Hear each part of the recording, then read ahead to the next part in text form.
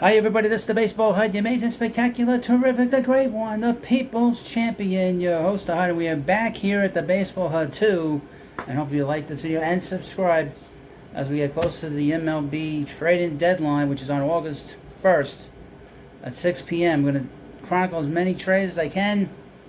Be a little busy tomorrow, but I won't be busy on Monday, that's for sure, and on Tuesday. I'm on vacation, I set up that so I can be here to entertain you and to give you some information. So as you know, if you don't know, the Mets are a mess. They've begun the process of selling their team, and they've begun the process of thinking about next year and beyond, really about next year. As you know, they traded David Robertson to the Marlins. They picked up two prospects, Marco Vargas and Ronald Hernandez. They're many, many years away. Now you need to find out about, if you want to know about them, just subscribe to the Prospect Hub, which is my new channel. Just started out with it, is kicking ass. I'll put the link in the description of this video, but the Mets are going to be bringing in more prospects and more players, but more importantly, there was a tweet posted by Mike Mayer of Mets RHP saying that there are teams interested in Justin Verlander, and those teams are the Rangers, Houston Astros, and the Los Angeles Dodgers. Now, the Dodgers have been very active. They brought in a lot of talent over the last few days. They traded Noah Syndergaard. They brought in Ahmed Rosario. They made the Lance Lynn, Joe Kelly trade from the White Sox.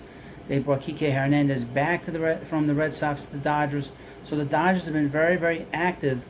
And one of the names that was obviously Justin Verlander is out there. Now, Verlander has pitched better of late. He's pitched really well the last month. But there have been scouts watching him, quite a few scouts. I don't know if the Dodgers won, but I know at least 5 teams have been scouting him according to SNY. The New York Yankees, well, not the New York Yankees, the Texas Rangers. What I meant to say is that there are at least 5 teams scouting the Mets. The Yankees, the Angels, the Reds, the Rangers, and the Marlins. The Rangers are at the centerpiece of this rumor that Mike Mayer put out. And the Houston Astros, as you know, he played for the Astros for the last 5 years and left to go and sign with the Mets. But so Verlander has no trade clause. He has said, he said this week after his start, that he plans on being here. Now, the tweet that was posted by Mike Mayer, that if the Mets get an offer they can't refuse, they will take it. So, and if I were them, I would seriously think about breaking up Verlander and Scherzer, because it did not work. And next year, if you go with those two coming into spring training, even though there isn't that specter of injury and age, you'll have that specter of injury and age, and you cannot have both of them on this team. Because as I see it, they are middle of the rotation pitchers. They've pitched like middle of the rotation pitchers. And in fact, there is thought within the Mets organization, from things I've read in the New York Post, that the Mets are kind of looking at Kodai Senga as the ace of this staff. But that they might want him to be the ace of this staff. Now, to talk about some of these teams that are interested in him, that are out there, and those are the Astros, the Dodgers, and the Rangers. The Dodgers and the Rangers have top 5 farm systems. The Astros have a bottom of MLB in terms of farms. Obviously, they have all their great players, all their great prospects. They've all played for the Astros and have helped them win 2 championships since 2017.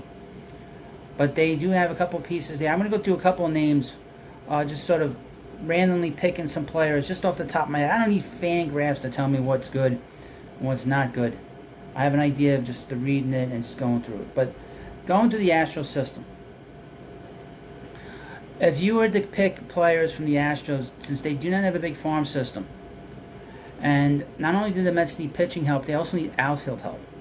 It's extremely important they bring in some good outfielders to help this team in terms of the farm system and in the major leagues. 2 players pop up, which are number 1 and number 2 respectively. Drew Gilbert, who's an outfielder, primarily a center fielder. He's the number 1 prospect in the Astros system. He's in Double-A. The other player in their farm system, who is number 2, is outfielder Jacob Melton. He is in high A ball, so he's at the higher, so he's about 2 years away. Gilbert might be a year away. So Melton, it would be considered like a right fielder in the majors. That's what you would be looking at with the Astros, considering they don't have a big farm system. The Dodgers, which always had the big farm system, they're always capable of moving players. I'm going to run through a few names that I think that the Mets should be interested in.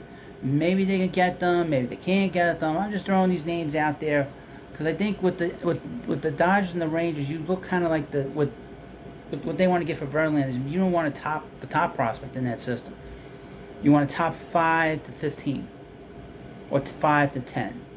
Because obviously he's not a top-notch ace anymore, although he's pitched really well the last month. We have Gavin Stone in AAA. He's not pitched well in AAA. He's the number 4 best prospect in the Dodgers system. Another pitcher who's actually in the major leagues right now, and that's Emmett Sheehan. He's the 6th best prospect with the Dodgers. He's got a 3-1 record, but his ERA is extremely high, and he's struggling a little bit. Then there's the 8th best prospect with the Dodgers, another pitcher, Nick Frasso. I believe he's in A-ball. Then we have another pitcher, and he's the 10th best prospect in the Dodgers system, and that is, his name is River Ryan. He is in, I think, Class A? And then there's an outfielder, an 18-year-old outfielder called Jesus DePaula, who has plus hit ability 65, and he's got a power about 50. He's out of 80. It's pretty decent. He's 18 years old, though. He's the 9th best prospect in the Dodgers system. That's kind of what we're looking at. Again, Mets need outfield help as well as pitching help in their system. Now, the Rangers. I've kind of focused in on 2 particular players within their system. I'm sure they could be added on other players. I went through this rather quickly with the Rangers anyway. Sebastian Walcott, he is in rookie ball. He's 17 years old. He is a shortstop right now, but he could be a outfielder at some point or a third baseman. Here's the thing about shortstops that people need to sort of remember is that shortstops can be moved around. They can go to the out. They're the most athletic player on the field, quite frankly. They can move to the outfield, on one of the other, third base, left field, second base. They seem to be very versatile. Juan Lagares was signed as a shortstop, and then the Mets, of course, they had him in center field winning Gold Gloves. And the last player on this, I wanted to save him for last. And this is the 5th best prospect in the Rangers system. Again, the Rangers have a big system, and they drafted a big player during the draft this year, in the draft. I'm going to say this name, you're going to go crazy, but their number 5 best prospect with the Rangers is right-handed pitcher Jack Leiter. Now you're going to say it's Al Leiter's son. That is true. You're not going to get Jack Leiter. But here's the thing about Jack Leiter. He is the number 1 pick from last year with the Rangers. Not the number 1 pick, but he's their number 1 pick from last year. He is struggling with his control in Double-A. He's 23 years old. You could probably do this straight up. And you have him in the Mets system. This is like coming home for him. It is just a thought, but that is who I would focus in on with the Rangers. And there is word that the Rangers will take an additional pitcher. Will take an additional pitcher in a trade. They want to get 2 pitchers in one deal. That's what I have read online.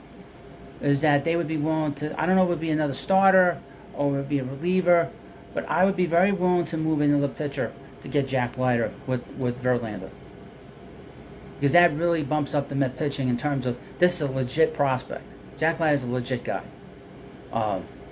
In terms of his future in the majors. He's got a 60 fastball, so he throws pretty hard. But obviously his command needs work. But that's the kind of guy that if you were to get him, that would really improve the Met farm system in a big way, because they not only would have a name, but also have the family connection. But let me know what you think about this video. This is a very interesting video. I think interesting. Very interesting video to talk about. Verlander, if they were to move Verlander, like I said, you can't have both of them here next year. This is more about next year than anything else. You cannot have both of these guys here to build a good team. You're going to have the same issues here, even if they brought in new people like, say, Yamamoto or Nola or Schnell or Urias. You got to get rid of, you got to break this up. Well, let me know what you think about this video, and of course, please subscribe to the Baseball Hut too. Thank you for watching, and I'll see you later.